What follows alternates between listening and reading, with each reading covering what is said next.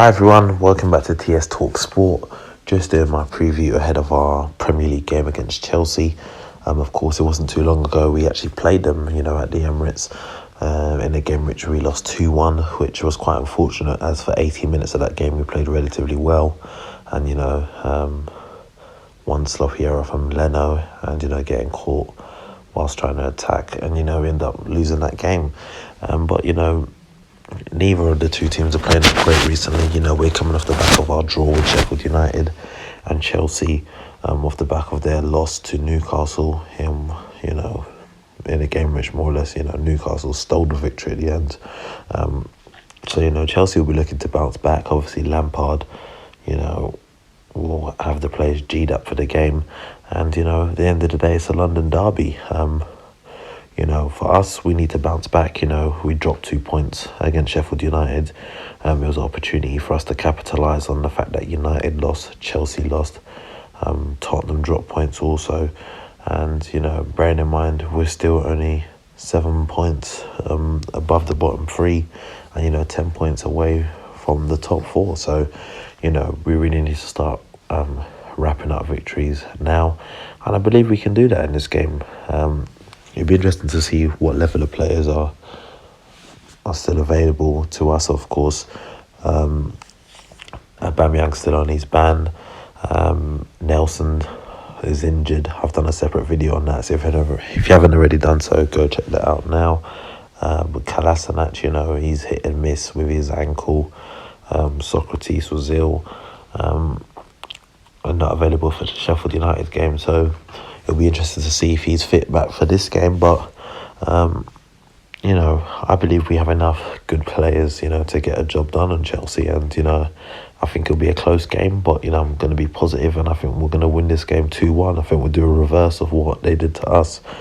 Some people might say, oh, yeah, you must be crazy. You ain't going to win at Stamford Bridge. We definitely have the capabilities to win there. It's just about doing it. That's the reality of it. So getting into my starting 11, in goal, Bernd Leno. Kind of picks himself. At the back four, right back, Ainsley Maitland-Niles. Probably needs a better game than the game we had against Sheffield United. He needs a performance similar to the ones he's had against, Manchester United. And Crystal Palace. That's probably his better performances.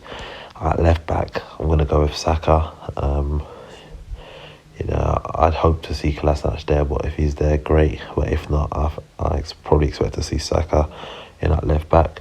The centre-half partnership, of course, if Socrates is got over his illness, I'd like to see him and Louise, but if not, then obviously I expect to see Mustafi in there, who I thought had a decent game on Saturday. So, if he can keep up another decent performance, credit to him.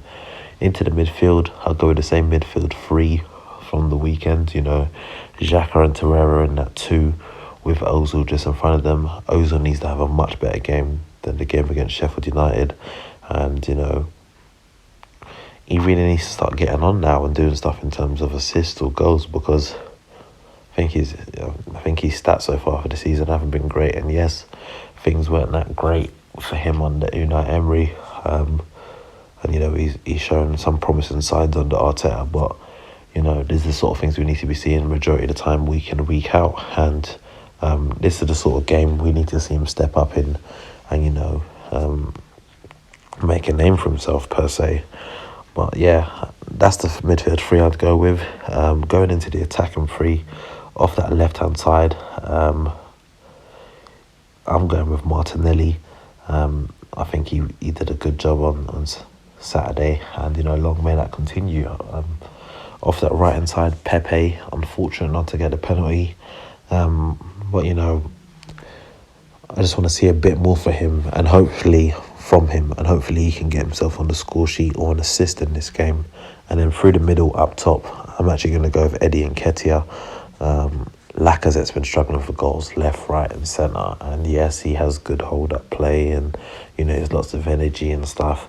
But, for me personally, I'd have him on the bench as someone to bring off the bench if need be, because right now he's kind of wasted playing, might as well play with 10 men, or play him as a false nine because he's basically doing a false nine role anyway. So it's not to slate him, credit to him. He's a hard worker, but we need goals, and if you're not providing goals, I'd rather play someone like Eddie who potentially can score goals. So yeah, that's it from me. Of course, let me know your score prediction and starting 11 in the comment section below, and if you haven't already done so, go hit that subscribe button now, and I'll catch you next time.